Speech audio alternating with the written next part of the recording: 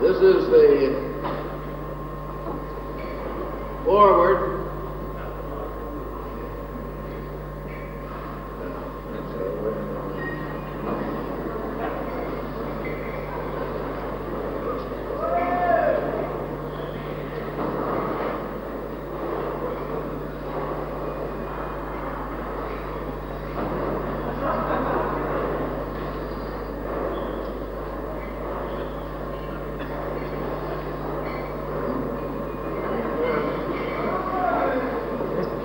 This is the foreword to a novel I've just completed called The Place of Dead Rose.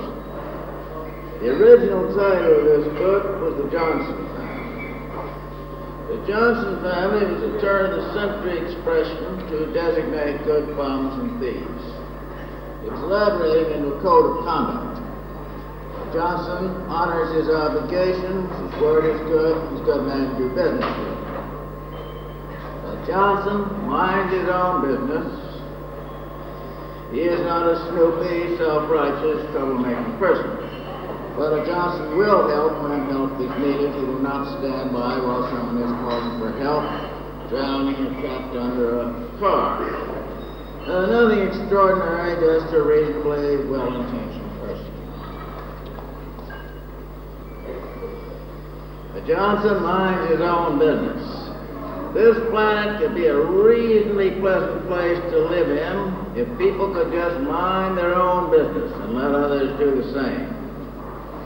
The wise old black faggot said to me years ago, some people are shits, darling.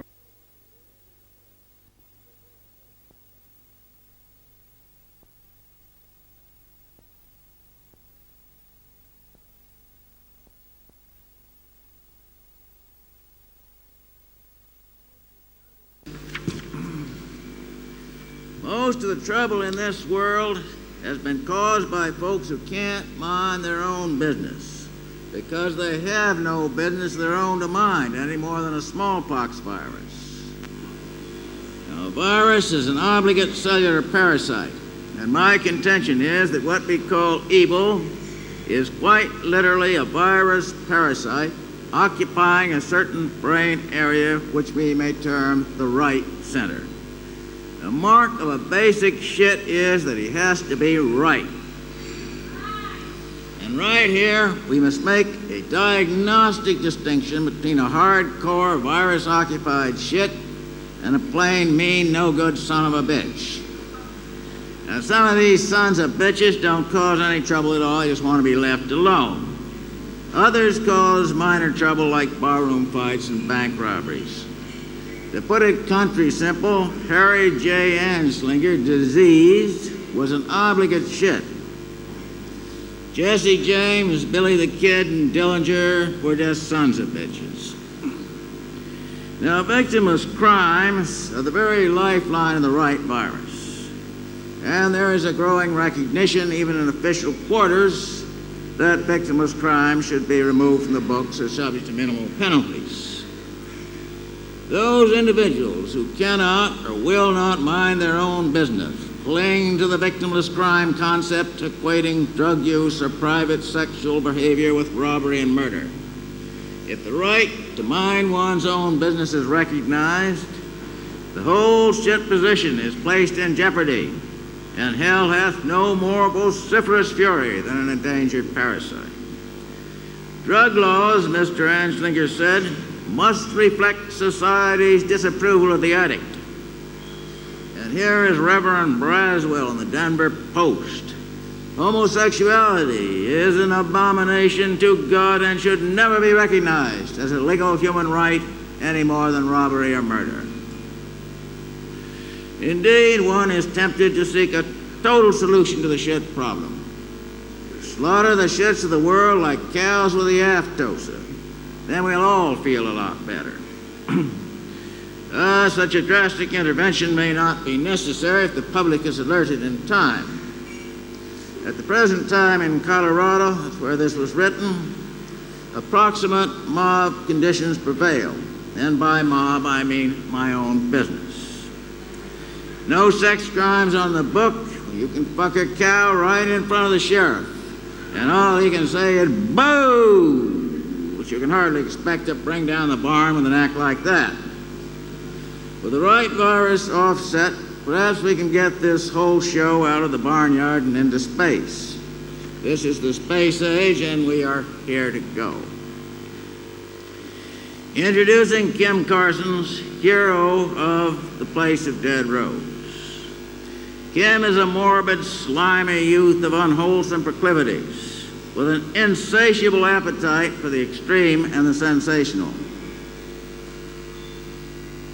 He has a dark side to his character, and he loves it. His mother had been into table tapping, and Kim adores ectoplasm, crystal balls, spirit guides, and auras. He wallows in abominations, unspeakable rites, diseased demon lovers, ancient ruined cities under a purple sky, the smell of unknown excrement. In short, Kim is everything a normal, decent American boy is taught to detest. Progressive education.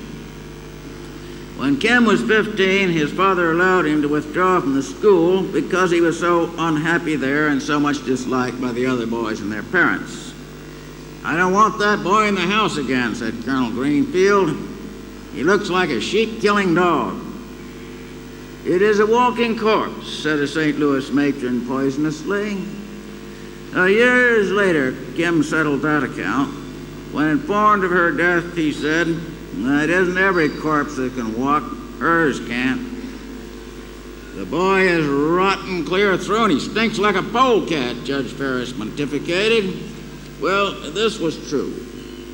When angered or aroused or excited, Kim flushed bright red and steamed off a rank, ruttish animal smell.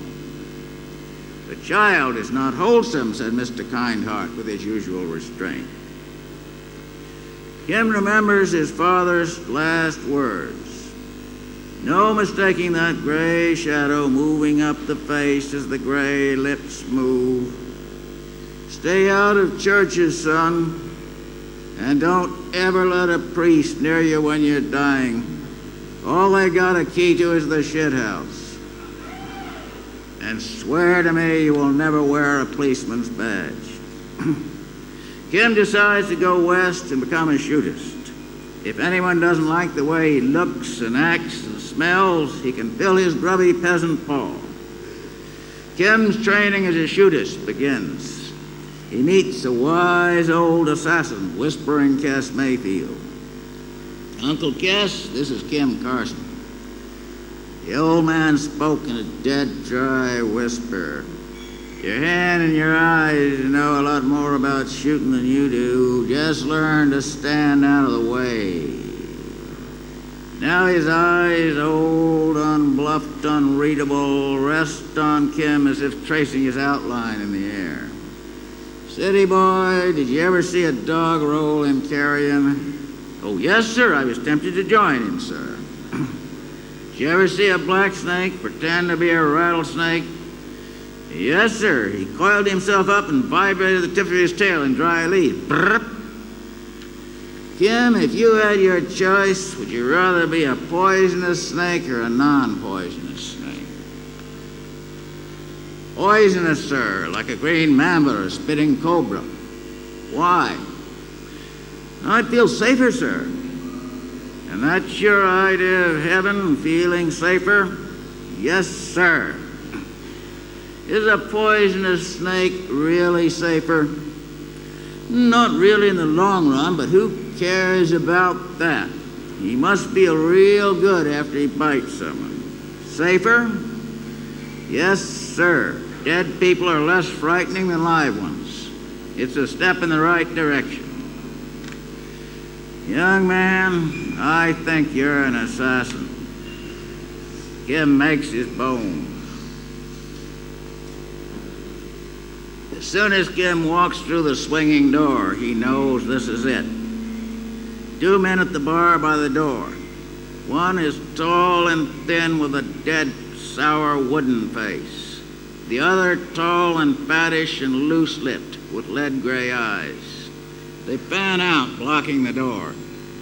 Loose-lipped smiles showing his awful yellow teeth. Now, I don't like drinking in the same room with a fairy, do you, Clem? Can't say as I do, Cash. They want to bat it around for a while. Kim doesn't. Now, I don't want any trouble with you gentlemen. Just let me buy you a drink. Kim is still talking as his hand sweeps down to his belt and up, smooth and casual, as if he is handing Clem a visiting card and shoots him in the stomach. Clem doubles forward and his false teeth fly out, snapping in the air. Clem's .45, barely clear of the holster, plows a hole in the floor. Kim pivots, both hands on the gun, and shoots Cash in the hollow of the throat. The heavy slug tears through and spatters the wall with slivers of bloody bone. Cash's gun chunks back into its holster. Clem is weaving around, trying to recock his .45 with numb fingers. Taking his time, Kim shoots him in the forehead. Both assholes are dead before they hit the floor. Kim's arduous training has paid off in hard international currency. As Kim looks down at the two bodies crumpled there, spilling blood and brains on the floor, he experiences a rush of pure joy. Two enemies will never bother him again. Two lousy sons of bitches melted into air and powder smoke.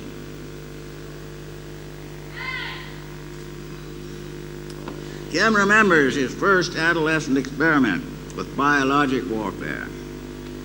Smallpox was the instrument, the town of Jehovah across the river his target. Their horrid church absolutely spoiled his sunsets, with its gilded spires sticking up like an unwanted erection, and Kim vowed he would see it leveled to the ground. It was dead easy. The townspeople were anti-vaccination, polluting the blood of Christ, they called it. Around the turn of the century, there were a number of these anti-vaccination cults, a self-limiting phenomena since all the cultists contracted smallpox sooner or later. So Kim simply jogged the arm of destiny, you might say, by distributing free illustrated Bibles impregnated with smallpox virus to the townspeople of Jehovah. The survivors moved out. Kim bought the land and used the church to test his homemade flamethrower. He found the plant in Boy's life. A weed killer, they called it. Well, rotten weeds, you know. Kim's last cayuse. The horse is as much a part of the West as the landscape, but Kim never really made it with the horse. He tried at first to establish a telepathic bond with his horse, but the horse hated the relationship and tried to kill him at every opportunity.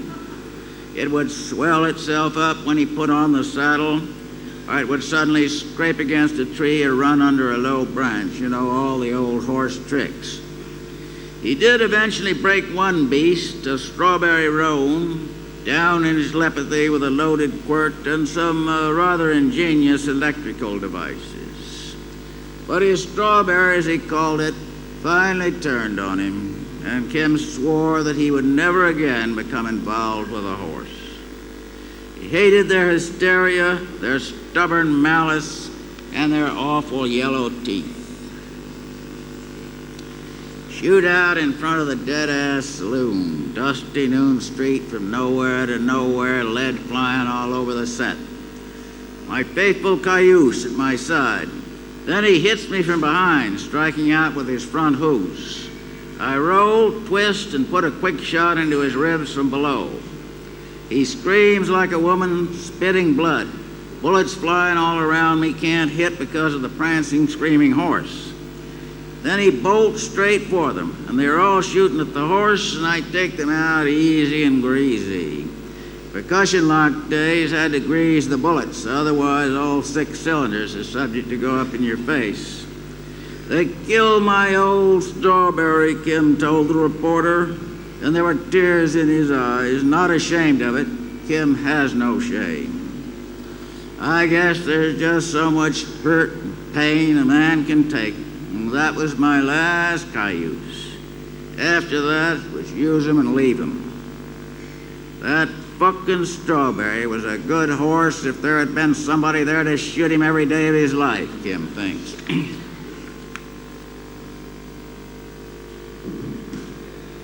Kim recruits a band of flamboyant and picturesque outlaws called the Wild Fruits. There's the crying gun who breaks into tears at sight of his opponent. What's the matter? Somebody take your lollipop? Oh, senor, I am sorry for you. And the priest who goes into a gunfight giving his adversary the last rites. And the blind gun who zeroes in with bat squeaks. And the famous shitting sheriff turned outlaw.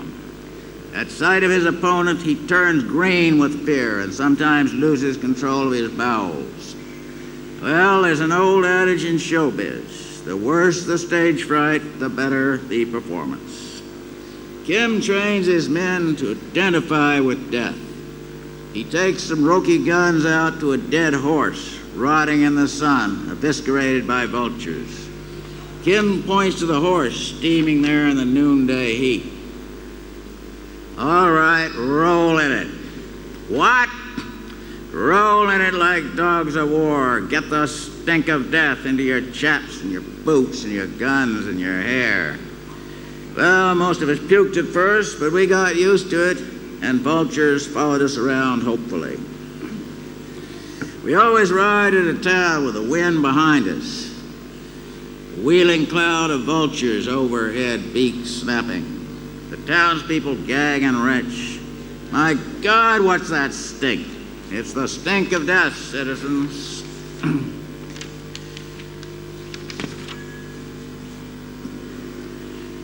Kim had never doubted the existence of gods or the possibility of an afterlife. He feels that immortality is the only goal worth striving for. He knows it is not something you just automatically get for believing some nonsense or other like Christianity or Islam. It is something you have to work and fight for, like everything else in this life or another. The most precarious, short-sighted, unpleasant, and downright stupid immortality blueprint was drafted by the ancient Egyptians. First, you had to get yourself mummified, and that was very expensive, making immortality a monopoly of the truly rich. And then your continued existence in the Western lands, that's Egyptian paradise, was entirely contingent on the continued existence of your mummy. That is why they had their mummies protected by curses and demons and hid good. Now, the mummy is your basic passport. You must also know the names.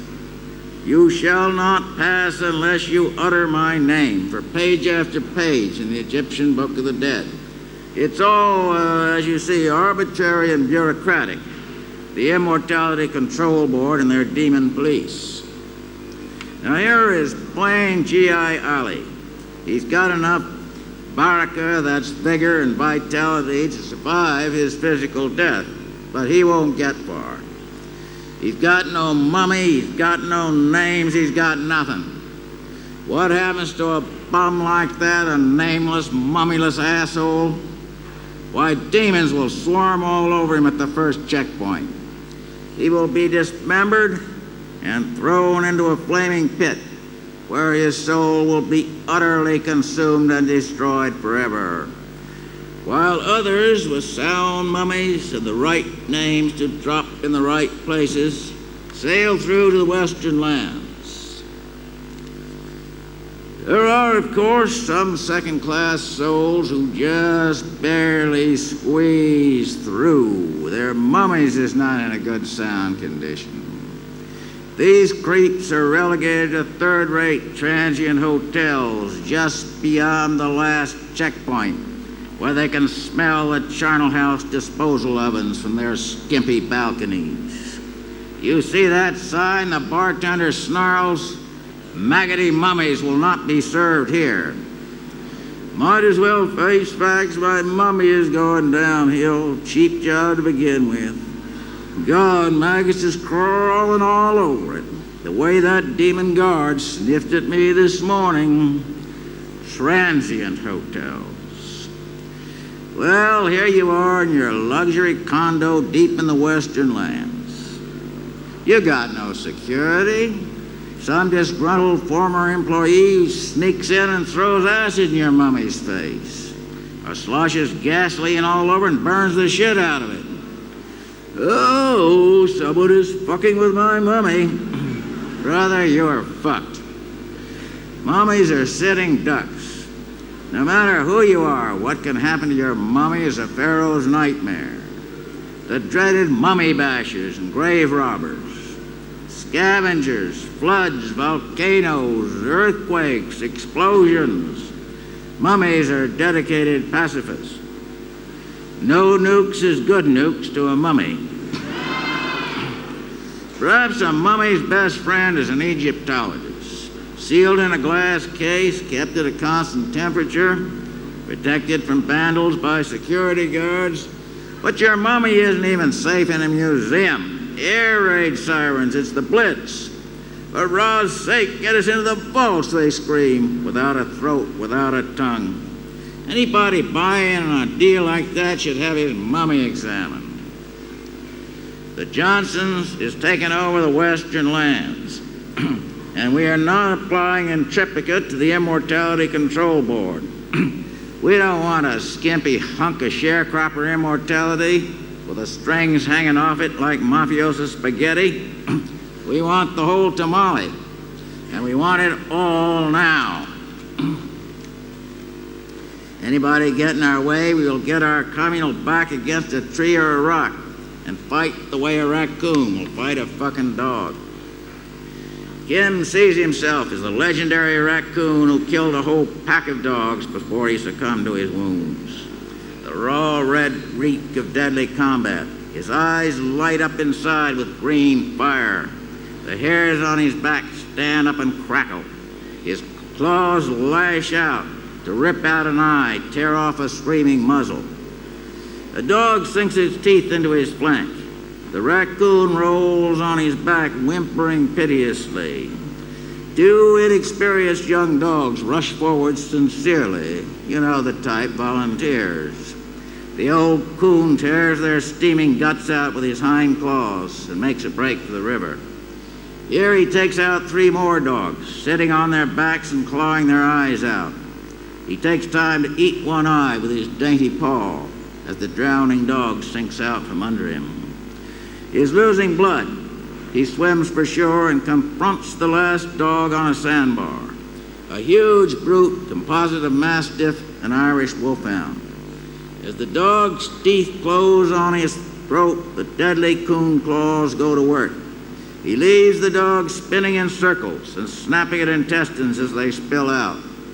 The old coon walks 50 feet and drops dead, bleeding from 23 wounds. That coon weighed 50 pounds. Special meeting to reconsider our Mafia policy. Present directives advocate containing the animal in a folkloric ghetto of godfathers, garlic, pasta, and red wine, singing waiters, mustache peeps, and button men wallowing on their filthy mattresses. Let them burn each other's olive oil, throw dead rats into rival pasta vats, and murder each other with impunity. A similar policy was advocated by a wise anthropologist with regard to feud killings and head shrinking among the Jibaro Indians of Ecuador. He recommended that no attempt be made to control or sanction feud killings of other Jibaro. He concluded his report, they have nothing else to do, and their culture would languish without the sustaining preoccupation of feuding and head shrinking. A trembling waiter serves a table of rival guns. They spit clan spaghetti into his face. That isn't our pasta. They ball up wads of spaghetti and shove them into the mouths of the terrorized uptown diners. They storm into the kitchen and overturn cauldrons of spaghetti. The cook sobs, head in hands, "Mia spaghetti, mia spaghetti." The insult must be revenged alla siciliana. "I'll Santa his Lucia," growls the offended capo. Hitmen impersonating singing waiters invade the Santa Lucia restaurant. They bellow out Santa Lucia as they slop boiling minestrone over the diners and throw spaghetti into the air like streamers. Our policy then has been to contain the honored society into self-decimating urban concentrations and to head off any legislation aimed at making liquor, gambling, drugs, and private sexual behavior illegal, thus opening the door to a flash of gold teeth and an evil belch of garlic. Now it seems we must teach them to stay on their own side of the fence.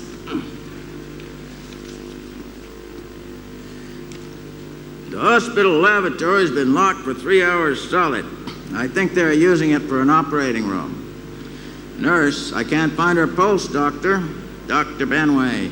Cardiac arrest, God damn it. He looks around, picks up a toilet plunger. He advances on the patient. Make an incision, Dr. Limp, he said to his appalled assistant. I'm going to massage the heart. Dr. Limp shrugs and begins the incision. Dr. Benway washes the suction cup by swishing it around in the toilet bowl. Nurse, shouldn't it be sterilized, doctor? Dr. Benway, very likely, but there's no time. He sits on the suction cup like a cane seat, watching his assistant make the incision. You young squirts couldn't lance a pimple without an electric vibrating scalpel with automatic drain and suture. All this skill is going out of surgery, all the know-how and make-do. Did I ever tell you about the time I performed an appendectomy with a rusty sardine can? And once I was caught short without instrument one and removed an uterine tumor with my teeth. That was in the upper effendi, and besides, the wench is dead. Dr. Limp, the incision is ready, doctor. Dr. Benway forces the cup into the incision and works it up and down. Blood spurts all over the nurse, the doctors, and the wall. The cup makes a horrible sucking sound. Nurse, I think she's gone, doctor. Dr. Benway, well, it's all in a day's work. He walks across the room to a medicine cabinet. Some fucking drug addict has cut my cocaine with Sandy Flush. Nurse, send the boy out to fill his RX on the double.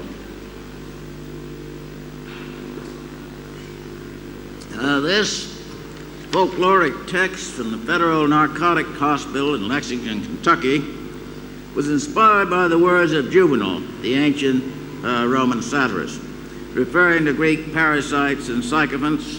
If you but say you're warm, he breaks into a sweat. If you complain of a draft, he screams for his overcoat. The do-rights. There is an exclusive wing of Lexington reserved for the do-rights, who are considered good rehabilitation prospects. They get better rooms and more medication. Now, a do-right always shows up with letters from his employer, banker, congressman, pictures himself as an Eagle Scout shaking hands with a priest on graduation day. You know the type, falls all over himself to light the boss's cigarette. The doctor walks into the ward.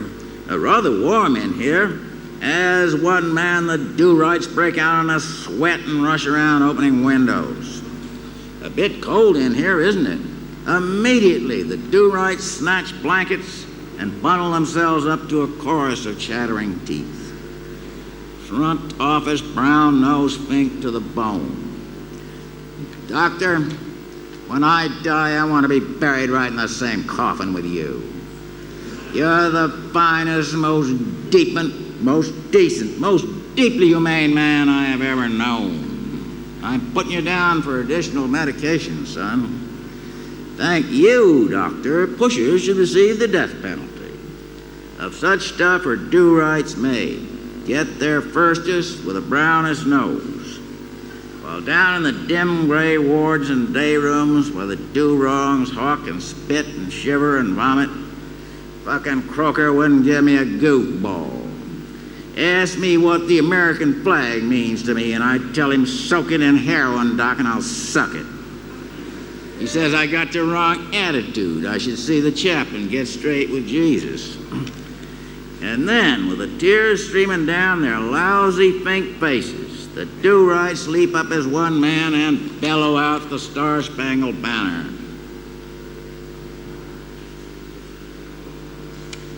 Daddy Longlegs looked like Uncle Sam on stilts, and he ran this osteopath clinic outside East St. Louis and took in a few junkie patients.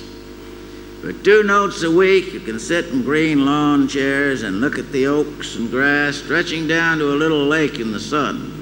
And the nurse moves around with a silver tray feeding the junk in. We called her mother, wouldn't you?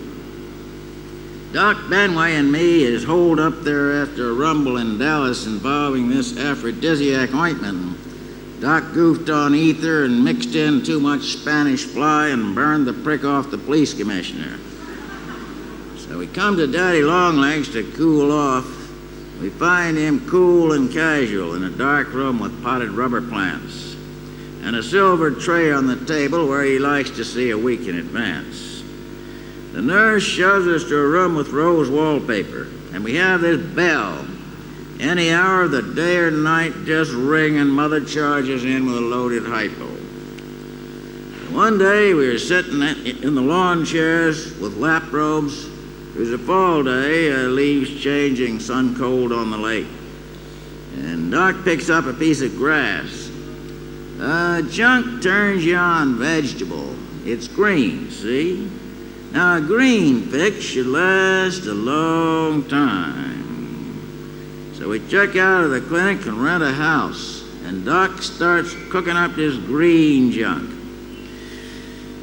And the basement is full of tanks, smell like a compost heap of junkies.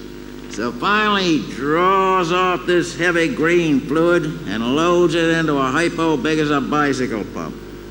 Now we must find a worthy vessel, he says. So we flush out this old goofball artist and tell him it is pure Chinese H from the Ling dynasty.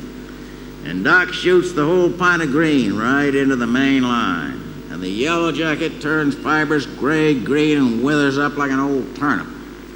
And I say, I'm getting out of here, me. And Doc says, an unworthy vessel, obviously. I withdraw from the case.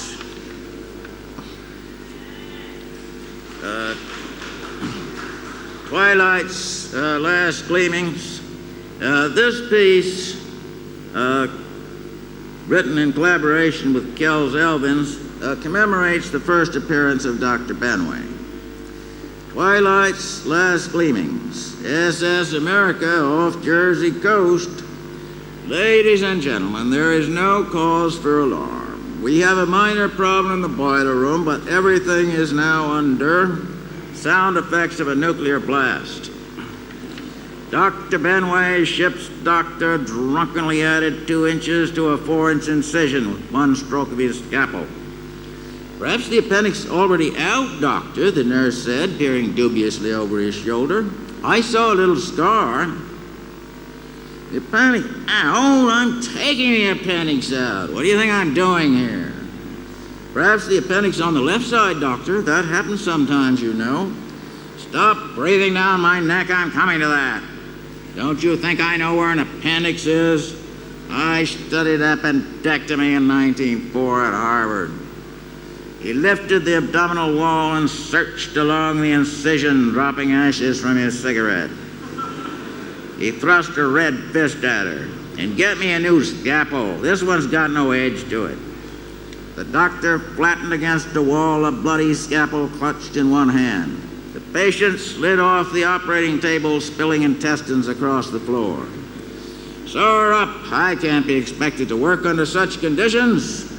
He swept instruments, cocaine, and morphine into his satchel and tilted out of the operating room. By the dawn's early light, Dr. Benway pushed through a crowd at the rail and boarded the first lifeboat. Y'all all right, he said, seating himself among the women. I'm the doctor. Thank you. Thank you.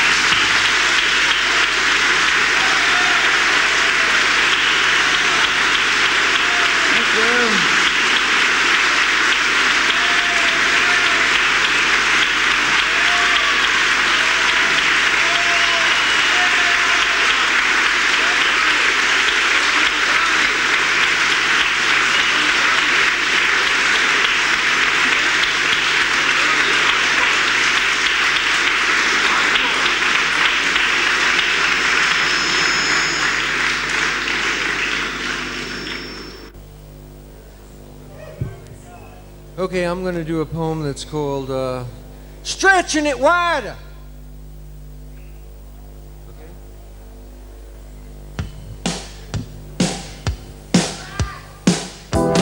Some things that work in one decade don't work in the next. So mark it down as a noble idea that failed. An idea what everybody dreams of doing. I walked away from it, I walked away from it, I walked away from it, I walked away from it, I walked away from it, and I never went back without reconcile. And since I can't leave, I love getting drunk with you, I love getting drunk with you, I love getting drunk with you, and give me some more blue. Nobody ever gives you what you want, except by mistake. And the only things you ever got is what you did for yourself. 'Cause you hate them, and you're only doing it every day for the money. 'Cause you hate them, and you're only doing it every day for the money. I know guys who work all their life and have got a lot. And something happens to him, and he loses everything just like that. And I haven't even got that, and I even haven't got that. Hard work, low pay, and embarrassing conditions. You are worse than I remember. And you're home, and you're home, and you're home, and you're home. What is a rat doing when it isn't eating garbage or scaring you on the steps? They're laying around like a pussycat. You and I, sleeping in the bed sheets warm and cozy, stretching your legs under the bed covers and staying there. You gotta keep down, 'cause they're shooting low. Press your body against the ground, it's gravity. The telephone hasn't rung once today. If there's one thing you cannot and will not do is make this world a better place. If there's one thing you can do is make the world a better place. If there's one thing you're not going to do is make the world a better place. 'Cause you are only successful when you rip somebody over.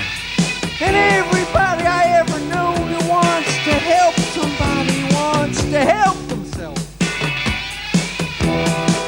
And you're standing here watching all these people, and everything seems a little confused, and everything seems a little confused.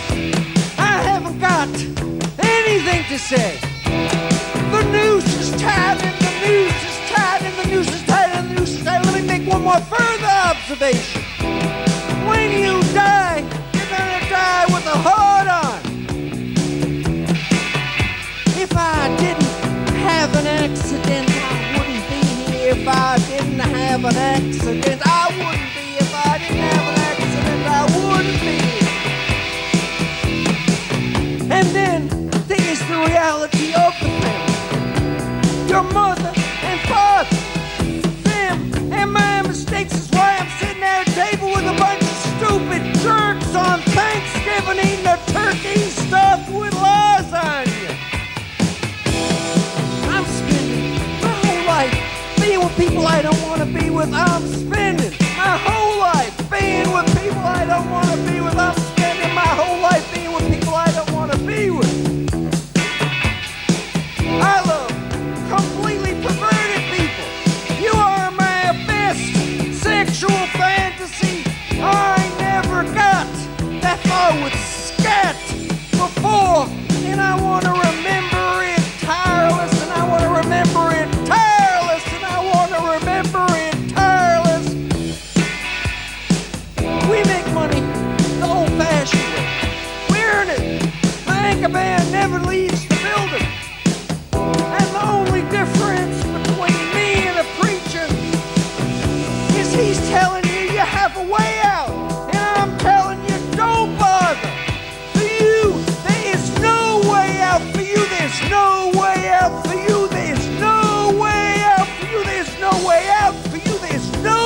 way out. And it isn't as though you got anything to lose. Besides, they block permanently all the exits. They block permanently all the exits. You and I gets to stay here forever, and it gets worse beyond your imagination. And I would like to give my best to all sentient beings. And before I die, I would like to detox my mind and tame delusion. But we are not in a time appropriate to do this. Tonight, I want you to give me some drugs and a little alcohol. If something is good, people like it. If something is good, people like it. If something is good, people like it. It looks the way it should, and you make me feel good. So let's open it up, stretching it wider, stretching it wider, stretching it wider, stretching it wider, stretching it wider. And it shouldn't be any trouble.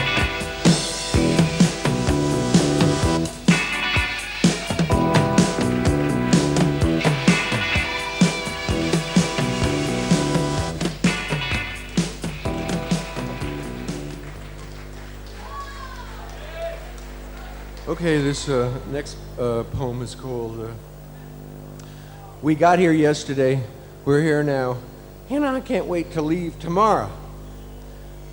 Okay?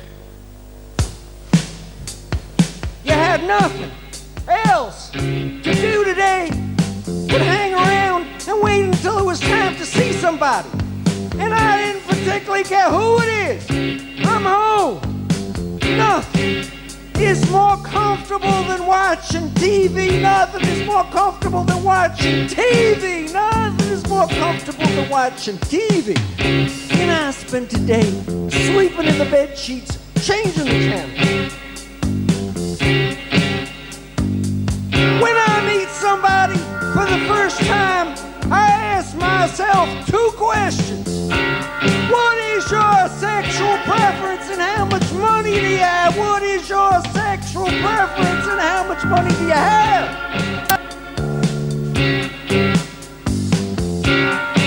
And you want to know the secret of this world? Never trust anybody, never trust anybody, never tell anybody what you really think, never tell anybody what you really think, particularly if it's true. Never tell your closest friend, cause they'll give you away sooner or later. Friends always become enemies if you wait long enough. Friends always become enemies if you wait long enough. Friends always become enemies if you wait long enough. So you take the elevator down to the lobby and work the machines. Peanut butter, chocolate cups, 3 musketeers, peanut balls, almond joy, spice drops, and a baby Ruth, and a couple of cans of Coke. How could I say such a thing? How could I say such a thing? Please, you gotta play your cards close to your chest and make no moves. Cause most of my friends are more than halfway to me hating them. Cause you're insatiable, stupid, grasping habits. Cause you're insatiable, stupid, grasping habits. Cause you're insatiable, stupid, grasping habits. That sometimes makes me want to get away from you forever. All the time I'm with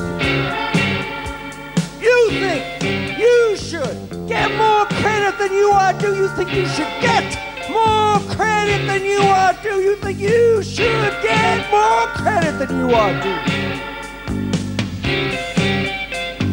And I'm gonna do for you what none of my lovers ever did for me.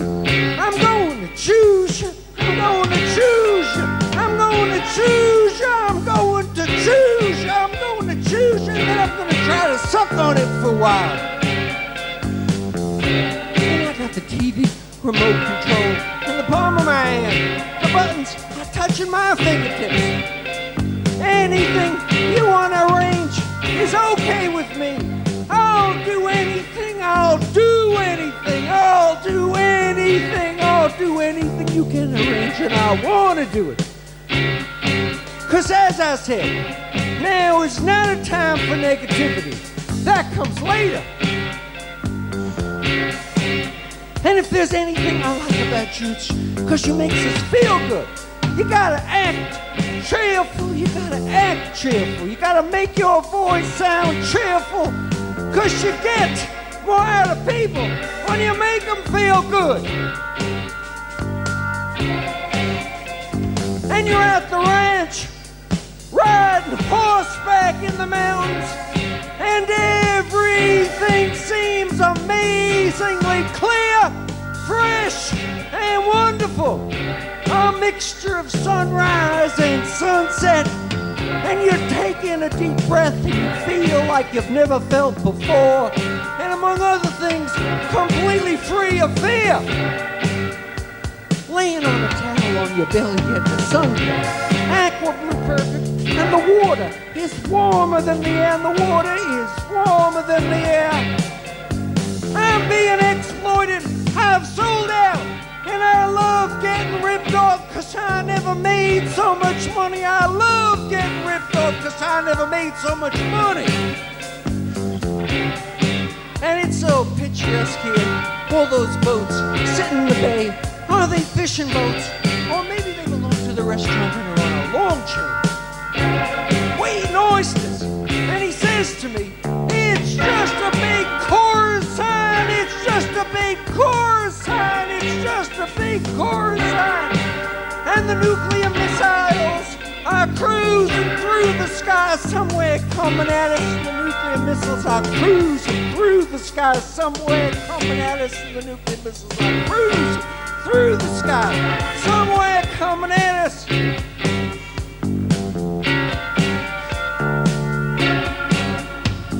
Now I want to call a meeting of the executive committee, because it's as though you're supposed to really try to make yourself want to kick a habit, and if it wasn't that you had some money and was dealing a little in between, you might begin to imagine you have a $3,000 a week habit.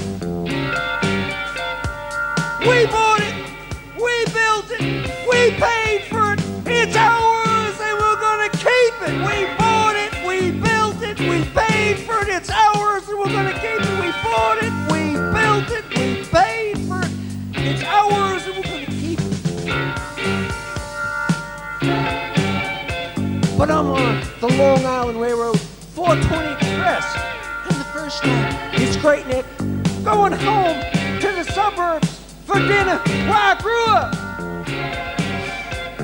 I'm sick, I need it, and I don't got it. I'm sick, I need it, and I don't got it. I'm sick, I need it, and I don't got it. I'm sick, I need it, and I don't got it. I'm sick, I need it, and I don't got it.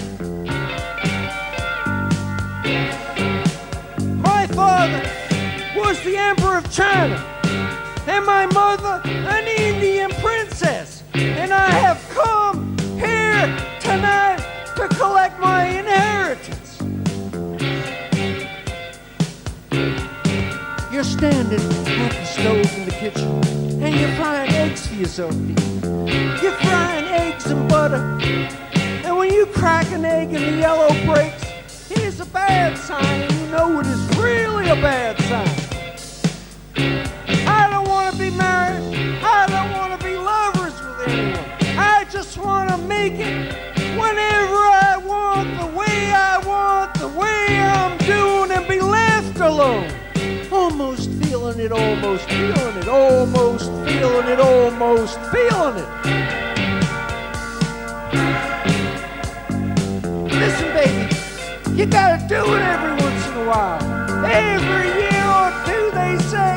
And it looks like there's no way out of it this time. The coast is clear and nobody's looking, so let it go. I'm crying, and I wanna keep crying, and I wanna keep crying, and I wanna keep crying. And your lungs are locked and the swell is pulling in like when someone kicks your stomach, like when someone kicks your stomach. One more time. I want to keep crying for another minute. It's my privilege and my pleasure. It's my privilege and my pleasure. Because I prefer jerking off better.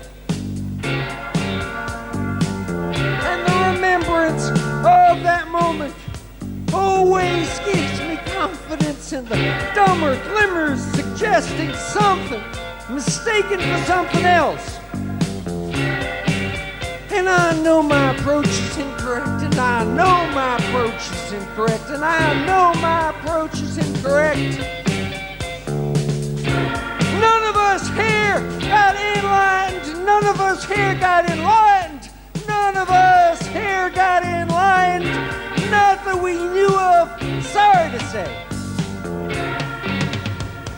And I'm going to say goodnight, because I know you aren't into doing what I want you to do, because I know you aren't into doing what I want you to do. And I don't want to find myself in your bed, poking you, wishing we hadn't come here. And I don't want to find myself in your bed, poking you, wishing we hadn't come here. I got no problem with it, but I suspect that since we are all here, we have a lot to learn. We got here yesterday, we're here now, and I can't wait to leave tomorrow. We got here yesterday, we're here now, and I can't wait to leave tomorrow. We got here yesterday, we're here now, and I can't wait to leave tomorrow. And I'm going nowhere.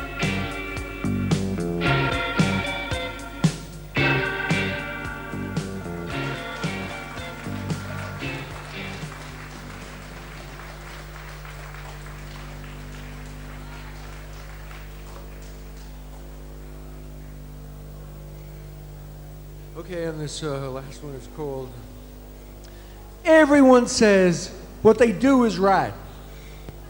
Everyone says what they do is right. And money is a good thing. It can be wonderful. And money is a good thing. It can be wonderful.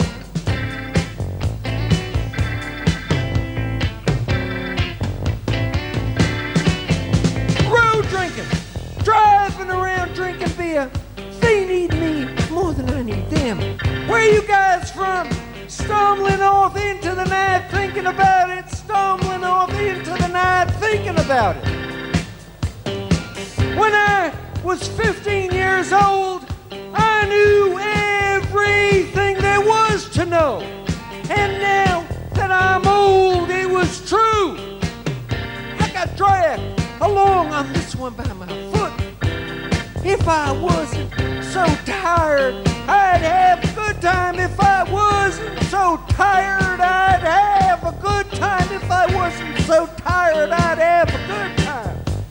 Tossing and turning, 'cause there's a nest of wasps coursing through your bloodstream. 'Cause there's a nest of wasps coursing through your bloodstream. If you think about it, how could it have come to this? If you think about how could it have come to this? It's coming down the road right through the red light. And it's there, and it's there, and it's there, and it's there.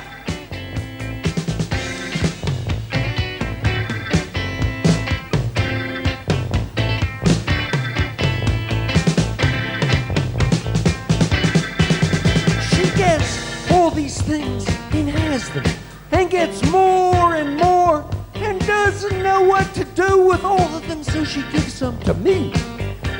And you're sitting in a deck chair under peacock boys and weeping tree near the pool, watching the mowed lawn and sunshine stupidly.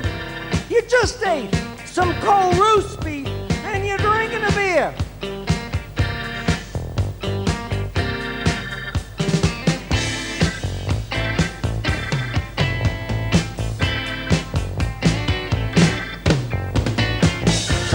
Best and think you're good.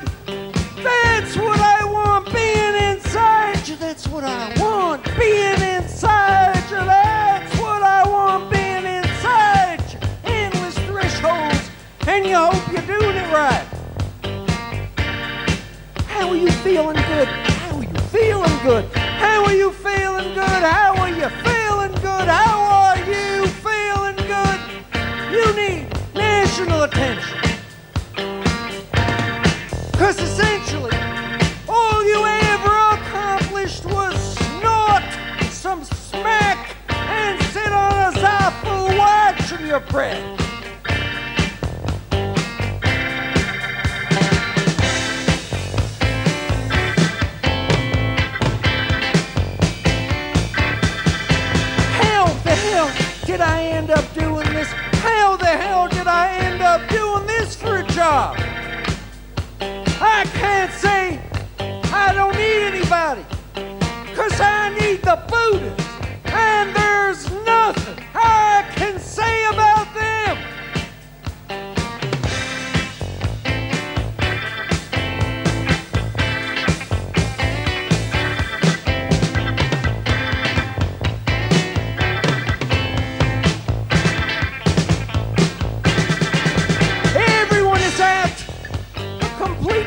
advantage. You're being taken to dinner at La Côte Basque, and you're eating 9 lives, liver, and drinking wine. The women, they are taken prisoners. I'm not going nowhere. I ripped up my suitcases. Crank me up and keep me open. Crank me up and keep me open. Crank me up and keep me open. Crank me up and keep me open. Crank me up and keep me open. Nothing recedes like success. Whatever happens, it will seem the way it seems now. It doesn't matter what you feel, how perfectly correct or amazing the clarity. Everything you think is deluded. Everything you think is deluded. Everything you think is deluded. Everything you think is deluded. Life is a killer.